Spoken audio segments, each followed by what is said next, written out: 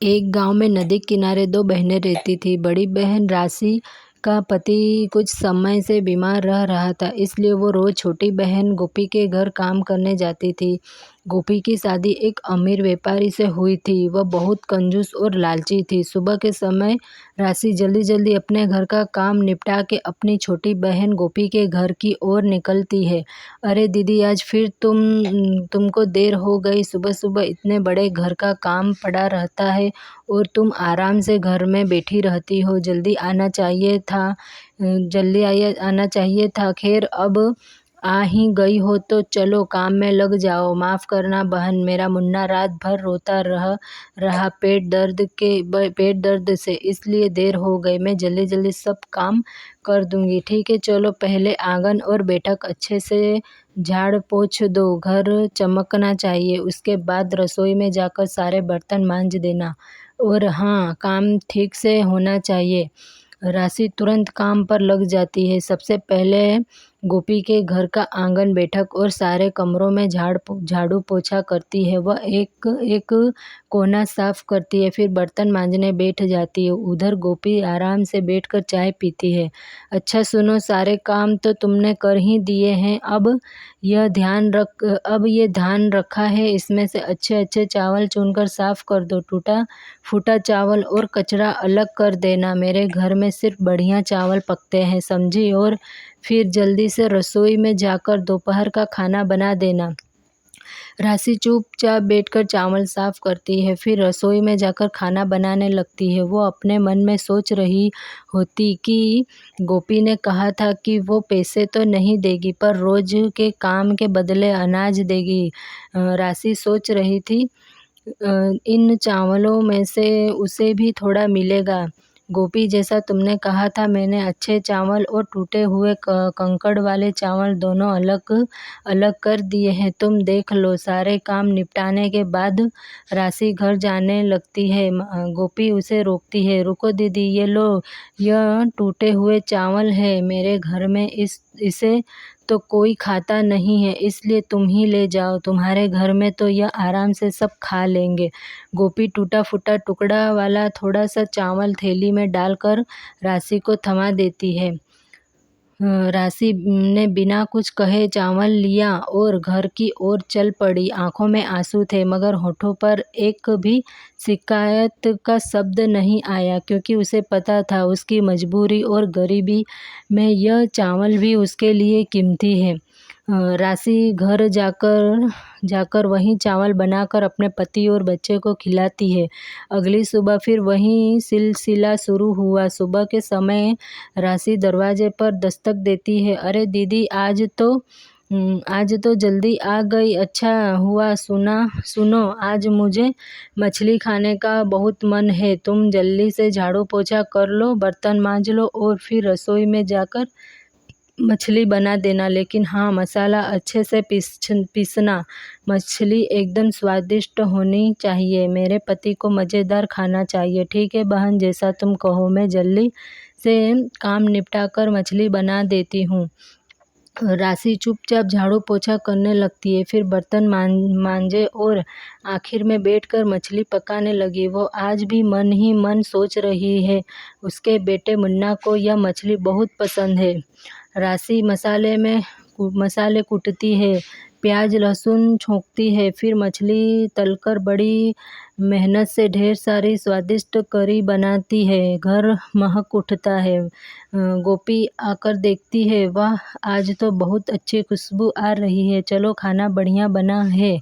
आज तो उनको मज़ा आ जाएगा। तुमने तो आज बहुत मेहनत कर दी। गोपी और उसका पति आराम से बैठकर मछली खाते हैं। राशि की आंखों में एक आस झलक रही थी कि शायद आज उसे भी गोपी थोड़ी सी मछली देगी उसके बेटे के लिए। शाम के वक्त राशि अपना काम पूरा करके घर जाने लगती है। रुको दीदी, आज तुम्हारे लिए भी कुछ है। यह लो, कल रात का बचा हुआ चावल और सब्जी पड़ी थी, तुम यह अपने घर ले जा कर गर्म करके खा लेना।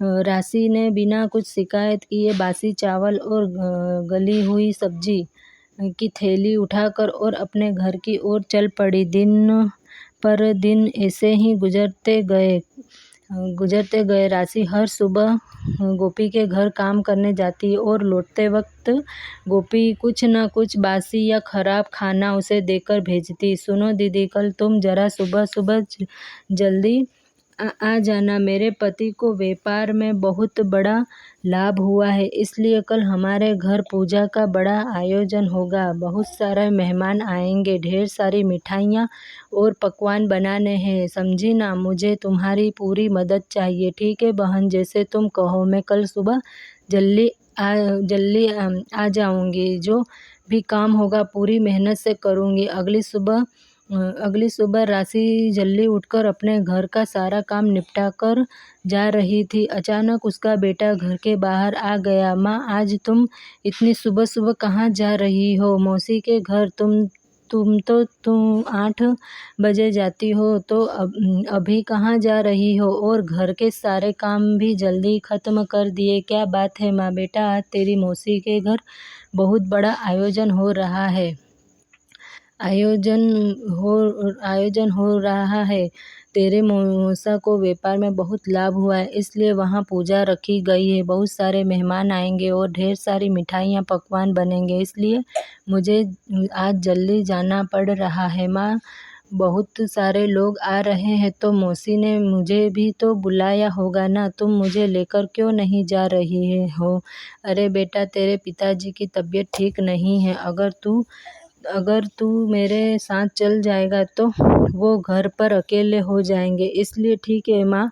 आज मौसी के घर मिठाइयाँ बन रही होगी, वो हमारे लिए भी देगी ना। तुम लेकर आना माँ, मैं इंतज़ार करूँगा। तुम जल्दी आना। हाँ बेटा, बस तू अच्छे से रहना, मैं काम करके जल्दी लौट आऊँगी। और सुन बेटा, अपने पिताजी का ख्याल रखना। उनकी दवाइयाँ खिड़की के पास रखी है, उनको समय से दे देना।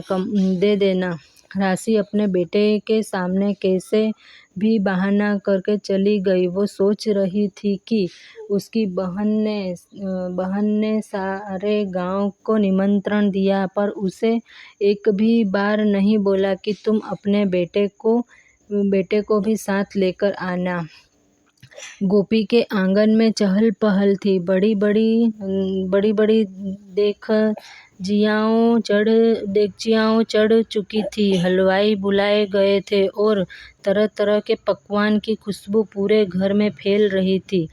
केसर बादाम वाली खीर, पूरी कचौरी, पुलाव, मिठाइयाँ बन रही थी, मानो पूरा घर स्वाद की खुशबू से महक उठा हो। अरे तुम आ गई, तो अब जल्दी जल्दी काम निपटाओ। देख नहीं रही हो, हलवाई आ चुके हैं और पकवान बन रहे हैं। मुझे सारे बर्तन साफ चाहिए। वो कोने में जो पत्तल पड़ी है, उन्हें भी गिन कर रख दो। आज हमारे घर बहुत मेहमान आने वाले हैं, कोई कमी नहीं रहनी चाहिए। सबसे पहले तुम घर के बाहर झाड़ू लगाओ, फिर जहाँ पूजा होगी वहाँ झाड़ू पोछा करो, फिर पूरा घर साफ करना। ठीक है बहन, मैं सब कर दूंगी, तुम निश्चित रहो। तुम्हें आज शिकायत का कोई मौका नहीं मिलेगा। राशि जल्दी जल्दी सारे काम करने लगती है। उसने एक एक कोना साफ किया। धीरे धीरे पूजा का समय भी आ पहुंचा। गोपी सजी धजी अपने पति के साथ पूजा के स्थान में आ बैठी। उसके चेहरे पर शांत थी, सिर पर गहनों की चमक थी। गांव के सबसे बड़े पुजारी को बुलाया गया था। पूरे विधि विधान के साथ पूजा हो रही थी। सारे मेहमान भी वहीं बैठे थे। कुछ देर बाद पूजा समाप्त हुई। मेहमानों को बैठाकर पत्तल में भोजन परोसा गया। सारा गांव गोपी के छत में स्वादिष्ट भोजन का आनंद ले रहा था। खीर की खुशबू, मिठाइयों का स्वाद और पकवान की रौनक चारों ओर छा गई। हर कोई स्वादिष्ट खाना का मजा ले रहा था। सबको खाना बहुत पसंद आया। फिर धीरे धीरे मेहमान खाना खाकर अपने अपने घर चले गए। घर में अब शांति छा चुकी थी, लेकिन अभी भी बहुत सारे पकवान और मिठाइयाँ बच गई थी। अरे दीदी, आज तो भगवान की कृपा से बहुत बड़ा आयोजन हो गया, इतना सब पकवान बना, इतने मेहमान आए, पर देखो देखो कितनी सारी मिठाइयाँ और पकवान अभी भी बच गए हैं। तुम ऐसा करो, इन सब को उठाकर रसोई में अच्छे से रख दो, और जो मिठाइयाँ के बर्तन में नीचे मिठाई के चूरे और शक्कर की परत है उसको निकाल कर अलग कर देना। राशि सिर झुकाकर बिना थके बिना कुछ कहे सारी मिठाइयाँ, पकवान और बचे हुए व्यंजन रसोई में ले जाकर जमाने लगी। गोपी अपने कमरे में एक पोटली लिए खड़ी थी। उसने राशि को अपने कमरे में बुलाया। लो दीदी, यह तुम्हारे लिए है। बड़े बड़े बर्तनों में मिठाई के जो टूटे फूटे टुकड़े बचे थे और जो चीनी की चिपके हुए टुकड़े किनारों पर लगे थे, यह सब तुम ले जाओ। ले जा, तेरे घर बेटा को खिला देना, क्योंकि मेरे घर तो यह सब कोई खाता नहीं है। राशि चुपचाप मिठाई के टुकड़े लेकर अपने घर की ओर निकल गई। उसने एक शब्द भी नहीं कहा। आज वह जान गई थी कि उसकी बहन के अंदर इंसानियत नाम की चीज नहीं है। रोते रोते ठोकरें खाती राशि जब जंगल के रास्ते से गुजर रही थी, तभी उसकी नज़र उस पुराने मंदिर पर पड़ी। गांव की मान्यता थी कि उस मंदिर की रक्षा स्वयं नाग देवता करते हैं, और कहते हैं जिसने भी नाग देवता से सच्चे मन से कुछ मांगा, उसे कभी खाली हाथ नहीं लौटना पड़ा है। नाग देवता, आज मैं आपके चरणों में आखिरी बार आई हूँ। अब मुझसे यह गरीबी यह बेबसी नहीं सही जाती। हर रोज अपमान झेलते झेलते मेरा दिल पत्थर हो गया है। अगर आपको सच में दया आती है तो मुझे यहीं दस्त लीजिए, ताकि मेरा जीवन यहीं खत्म हो जाए। मेरा बच्चा अब और मेरी आंखों के आंसू ना देखे। आज भी वो मासूम मेरा इंतजार कर रहा होगा कि माँ मिठाइयाँ लेकर आएगी, लेकिन मैं तो बस यह शक्कर का चूरा और टूटी फूटी मिठाइयाँ लेकर घर लौट रही हूँ। क्या जवाब दूंगी उसे? कह दूंगी कि तेरी माँ दूसरों की थालियाँ साफ करती है और रोज बदले में बस ये टुकड़े पाती है। नाग देवता, बस अब मुझे यहीं अपने विष से मुक्ति दे दीजिए। राशि का हर शब्द नाग देवता के कानों तक पहुंचता। नाग देवता ने सब कुछ सुना, लेकिन उसे डसा नहीं। उसकी आंखों में भी मानो करुणा उतर आई थी। राशि रोते रोते वहां से जा रही थी, तभी अचानक नाग देवता के चरणों और एक तेज रोशनी फैलने लगी, मानो उन्होंने राशि को आशीर्वाद दिया हो। राशि जैसे ही अपने घर के बाहर पहुंचती है, उसका बेटा दरवाजे पर बैठा उसका इंतजार कर रहा था। उसकी आंखों में चमक और चेहरे पर मासूम उम्मीद थी। माँ, तुम आ गई, देखो ना, मैं कब से तुम्हारा इंतजार कर रहा था। क्या तुम मेरे लिए मिठाई लेकर आई हो? माँ, जल्दी से पोटली खोलो ना, मुझे आज मिठाई और पकवान खाने हैं। राशि कांपते हाथों से पोटली खोलती है, और तभी एक चमत्कार घटता है। उस पोटली में ढेर सारी रंग बिरंगी मिठाइयाँ, लड्डू, जलेबी, पेंडा, कचौड़ी और स्वादिष्ट पकवान नजर आते हैं। उसका बेटा खुशी से उछल पड़ता है और मिठाइयाँ खाने लगता है। हे भगवान, यह कैसे संभव हुआ? मैं तो सिर्फ चूरा और शक्कर लेकर आई थी। यह मिठाइयाँ, यह पकवान, ये सब कहाँ से आ गए? सचमुच वो क्षण किसी चमत्कार से कम न था। राशि यह समझ ही नहीं पा रही थी कि यह कैसे हुआ। राशि धीरे धीरे घर के अंदर जाती है, और वहाँ का दृश्य देखकर उसकी आंखें फटी की फटी रह जाती है। उसका घर सोने चांदी से भरा हुआ था। इतना ही नहीं, उसका बीमार पति जो महीनों से बिस्तर पर पड़ा था, अचानक खड़ा हो जाता है। उसके चेहरे पर तेज और शरीर में नई ऊर्जा थी। हे भगवान, कैसा प्रकाश है! यह सारा घर सोना चांदी और हीरे जवाहरात से कैसे भर गया और आप ठीक हो गए, आप अपने पैरों पर खड़े हैं। यह कैसा चमत्कार है। अरे राशि, यह क्या हो गया। मैं तो बिस्तर से उठ भी नहीं पाता था और आज मुझे बिल्कुल अच्छा लग रहा है। और इतना सोना हमारे घर में कहाँ से आ गया। उसका बेटा भी मासूमियत से राशि से सवाल पर सवाल पूछता है। फिर राशि अपने बेटे और पति को सारी बातें बताती है। यह सब नाग देवता की कृपा है। मैं तो माया के घर से सिर्फ शक्कर और चूड़ा लेकर निकली थी। रास्ते में मंदिर में रुक गई और नाग देवता से अपनी सारी पीड़ा कह दी। मैंने प्रार्थना की थी कि मुझे जीवन का बोझ अब और ना उठाना पड़े, इसलिए आप मुझे यहीं दस्त लो।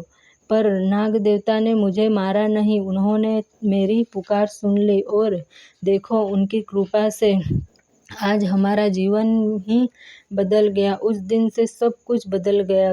गरीब और लाचार परिवार जिसने केवल आंसू और भूख जानी थी, आज उनका जीवन खुशियों से भर गया था। अगले ही दिन राशि और उसका परिवार गांव में बने नए सुंदर और आलीशान घर को खरीदकर उसमें रहने चले गए। 3 दिन बीत चुके थे। राशि अब अपने नए सुंदर और विशाल घर में सुख और चैन से रह रही थी। उसके चेहरे पर अब चिंता नहीं बल्कि संतोष और खुशियों की चमक थी। उसके पति की तबीयत अब ठीक हो गई थी, इसलिए वह फिर से अपनी खेती बाड़ी को संभालने लगा। उधर गोपी अपने घर में बैठी सोच में डूबी हुई थी कि आखिर राशि काम पर क्यों नहीं आ रही है। अरे 3 दिन हो गए पर राशि अभी तक काम पर क्यों नहीं आई। ना सफाई करने, ना बर्तन धोने, ना ही रसोई में हाथ बटाने। कहीं बीमार तो नहीं पड़ गई या फिर कुछ और बात है। इतना सोचकर गोपी ने अपने नौकर को आवाज दी, अरे सुनो, तुम अभी इसी वक्त जाकर देखो कि मेरी बड़ी बहन कहाँ है। वो काम पर नहीं आ रही, जाकर पता लगाओ कि वह क्या कर रही है। गोपी का नौकर जी हुजूर, करता हुआ फौरन राशि के घर की ओर चल पड़ा। जब वह वहां पहुंचा और घर की चौखट पर कदम रखा तो उसकी आंखें फटी की फटी रह गई। उसने देखा कि वो नया घर खरीद ली है। उसका पति ठीक हो गया, वो खेत जा रहा था। नौकर ने चुपके से घर में झांक कर देखा कि राशि इतने बड़े घर में आराम से अपने बेटे के साथ प्रसन्न मुद्रा में बैठी थी। हर तरफ सुख समृद्धि का सागर बह रहा था। हे भगवान, यह क्या देख रहा हूँ मैं। कुछ दिन पहले तक इनका घर हालत में था और अब तो मानो यह किसी राजा महाराजा के महल में रह रहे हो। नौकर भागा गोपी के पास पहुंचा और हफ्ते सारी कहानी सुनाई। मालकिन, यह तो चमत्कार हो गया। आपकी बड़ी बहन तो अब बहुत अमीर हो गई है। उनका घर सोने चांदी से भर पड़ा है। उनके पति की बीमारी भी ठीक हो गई है और उनके बेटे के हाथ में नई नई मिठाइयाँ और पकवान थे। लगता है जैसे उनकी किस्मत रातों रात बदल गई हो। क्या यह कैसे हो गया। जब मैंने उसे भेजा था तो सिर्फ बचे कुचे मिठाई के टुकड़े और बर्तन में चिपकी शक्कर ही दी थी। फिर यह सब मिठाई, वैभव और दौलत कहाँ से आ गया। वो नौकरानी अचानक इतनी अमीर कैसे हो गई। यह रहस्य तो मुझे जानना ही होगा। उस शाम जब गोपी का पति काम से लौटकर घर आया तो उसने उससे सारी बात बताई। सुनते हो जी, आपको पता है मेरी बड़ी बहन राशि अचानक अमीर हो गई है। उसका टूटा फूटा घर अब महल बन गया है। उसके पति की बीमारी भी छूमंतर हो गई। मुझे तो समझ ही नहीं आ रहा कि आखिर रातों रात ऐसा चमत्कार हुआ कैसे। अरे वाह, यह तो बहुत अच्छी बात है। तुम्हारी बहन ने बहुत तकलीफ सही है। तुम जाकर उसी से पूछ लो आखिर यह सब कैसे हुआ। गोपी ने ठान लिया कि अब वह इस रहस्य से पर्दा उठाकर ही दम लेगी। वह उसी समय जल्दी से तैयार होकर राशि के घर की ओर निकल पड़ी। वहां पहुंचकर जब उसने महल जैसा घर देखा तो उसकी आंखें फटी की फटी रह गई। उसके मन में जलन और हैरानी दोनों साथ साथ उमड़ पड़े। फिर वह घर के अंदर गई। अरे बहन, तू काम पर नहीं आ रही थी, इसलिए मुझे तेरी चिंता हो गई थी, इसलिए मैं तुझसे मिलने आ गई। पर यह सब कैसे हुआ? तू इतनी अमीर कैसे बन गई? जरा मुझे भी तो बता, आखिर क्या हुआ ऐसा कि तू रातों रात अमीर बन गई? गोपी, तू रोज जो मुझे बचे कुचे बासी चावल और सब्जियां देती थी और उस दिन तूने मुझे मिठाई के चूरे और शक्कर दी थी ना, मैं वही सब लेकर घर लौट रही थी। तभी रास्ते में नाग देवता मिले। मैंने उन्हें अपनी सारी दुख तकलीफ बता दी और नाग देवता की कृपा से यह सब बदल गया। गोपी को राशि का नया घर देखकर और इतनी समृद्धि देखकर जलन होने लगी। उसकी लालच अब और बढ़ गई थी। अगले ही दिन गोपी ने मन ही मन ठान लिया कि उसे अपनी बड़ी बहन से भी ज्यादा अमीर बनना है। उसके भीतर का लालच और जलन उसे चैन से बैठने नहीं दे रहा था। उसने अपने पति से सारी बातें बताई। सुनो जी, मुझे सब पता चल गया है। दीदी इतनी अमीर कैसे बनी? मैं रोज जो खराब खाना उसे देती थी, उसने नाग देवता को जाकर सब बता दिया और देखो, नाग देवता ने उसे पल भर में राजमहल जैसा घर दे दिया। हमें भी वैसे ही करना होगा। अरे पगली, हम तो पहले से ही सुखी और अमीर है। भगवान ने हमें सब कुछ दिया है। इतना लालच अच्छा नहीं होता। लालच हमेशा इंसान को बर्बाद कर देता है। नहीं, मुझे कुछ नहीं सुनना। वो मुझसे ज्यादा अमीर नहीं हो सकती है। उसकी मेरे सामने कोई औकात नहीं थी और आज वो मुझसे ज्यादा अमीर हो गई। अब मैं भी वह सब करूंगी जो वो करती थी। पति ने बहुत समझाया पर गोपी पर लालच का भूत सवार हो चुका था। उसी दिन थोड़ी देर बाद दोपहर के समय वो राशि के घर पहुंची और झूठे आंसू बहाने लगी। दीदी मुझे माफ कर दे, मैं तेरे साथ बुरा किया, इसलिए आज मेरे पति के कारोबार में थोड़ी मुसीबत आ गई है। अब तो घर चलाना भी मुश्किल हो रहा है। मुझे अपने घर पर काम पर रख लो। जैसे मैं तुम्हें काम करवाया करती थी वैसे ही अब मैं करूँगी। अरे माया, करूँगी। अरे गोपी, तू क्यों चिंता करती है? तू तो मेरी सगी बहन है। तू बोल बहन, मैं तेरी पूरी मदद करूँगी। अरे नहीं दीदी, मुझे पैसों की मदद नहीं चाहिए। बस तुम मुझे काम पर रख लो और बदले में मुझे खाना दे देना, ठीक है? अगर तेरा मन है तो आजा मेरे घर पर काम कर लेना। मुझे तुझसे कोई गिला शिकवा नहीं। राशि दिल से साफ थी। उसने अपनी छोटी बहन से झूठ को पहचान भी लिया, लेकिन फिर भी उसने कुछ नहीं कहा। उसने गोपी को अपने घर काम पर रख लिया। अगली सुबह गोपी राशि के घर पहुंच गई। मन में बस एक ही ख्वाहिश थी, किसी तरह वही चमत्कार दोहराया जाए और वो राशि से भी ज्यादा अमीर बन जाए। अरे गोपी, तू आ गई। आज घर में बहुत काम है, तू सफाई कर ले, मैं रसोई देख लेती हूँ। हाँ हाँ दीदी, मैं सब कर लूँगी। तेरा पूरा घर साफ कर दूँगी। दिन भर काम करने के बाद जब शाम को घर लौटने का समय आया तब राशि ने माया के लिए अच्छे अच्छे पकवान और मिठाइयाँ एक थैले में लाकर दी। ले गोपी, यह ताज़ा गर्मा गर्म खाना और मिठाई अपने साथ ले जा। नहीं दीदी, तू मुझे वही देना जो मैं तुझे दिया करती थी। बासी बचा खुचा सूखा खाना, मैं तेरा अच्छा खाना नहीं लूँगी।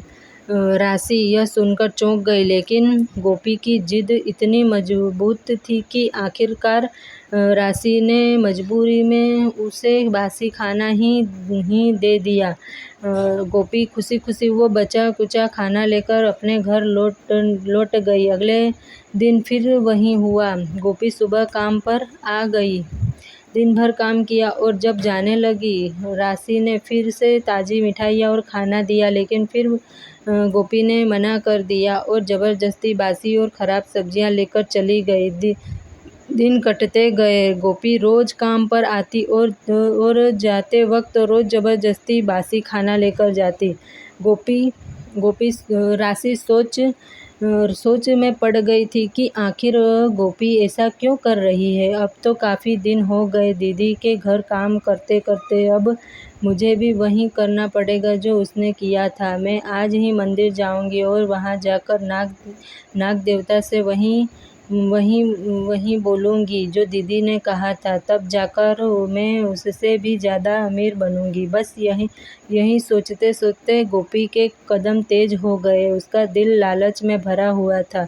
उसे अब न अपने पति की बात सुनाई दे रही थी, ना ही अपने घर की चिंता थी। उसके मन में तो सिर्फ एक ही चाहत थी, दौलत, सोना, रुपया और शान शौकत। और इसी चाहत से वह मंदिर की ओर गई। वहां पहुंचकर वह नाग देवता के सामने बहुत रोने लग गई। हे नाग देवता, मैं बहुत गरीब हूँ। मेरे जीवन में केवल दुख ही दुख है। मैं रोज अपनी बड़ी बहन के घर काम करने जाती हूँ, पर वो मुझे कभी ताज़ा खाना नहीं देती, हमेशा बासी ही थमा देती है। आज भी उसने मुझे वही बासी खाना दिया है। नाग देवता, मैं अब बहुत दुखी हो चुकी हूँ। आप मुझे यहीं पर डस लीजिए ताकि मैं इस दुखी जीवन से छुटकारा पा सकूं। अचानक मंदिर के भीतर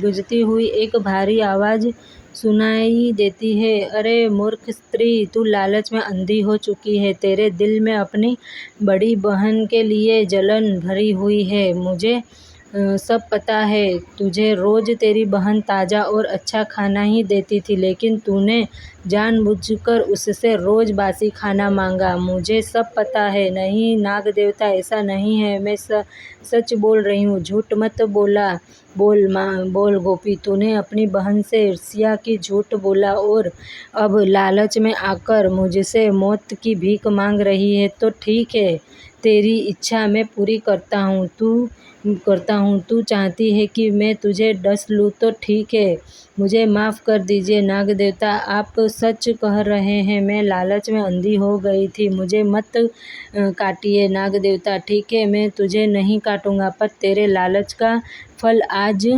तुझे मिलकर ही रहेगा। जहाँ मैं तुझे श्राप देता हूँ, तेरे आलीशान घर एक झोपड़ी में बदल जाए। तेरे घर का पूरा सोना चांदी, हीरा मोती, धन दौलत सब ईंट पत्थर में बदल जाए।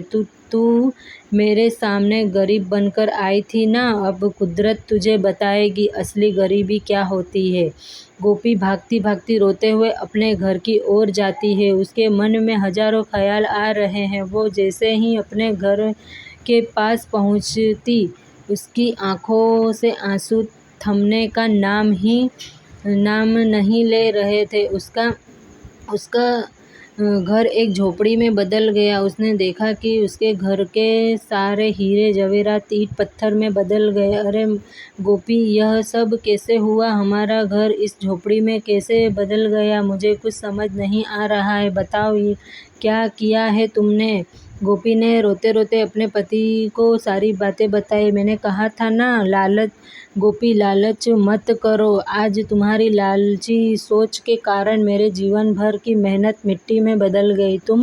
तुम्हें पता भी है कि मैंने कितनी मेहनत की है अपनी ज़िंदगी में। पता नहीं क्या पाप किया था मैंने जो तुम जैसी लालची औरत से मेरी शादी हुई।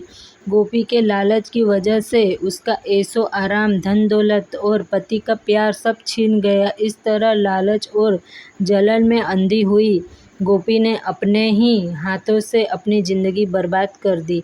फ्रेंड्स, आपको ये कहानी अगर थोड़ा सा भी पसंद आए तो प्लीज़ मेरे चैनल को लाइक और सब्सक्राइब ज़रूर से कीजिएगा। धन्यवाद।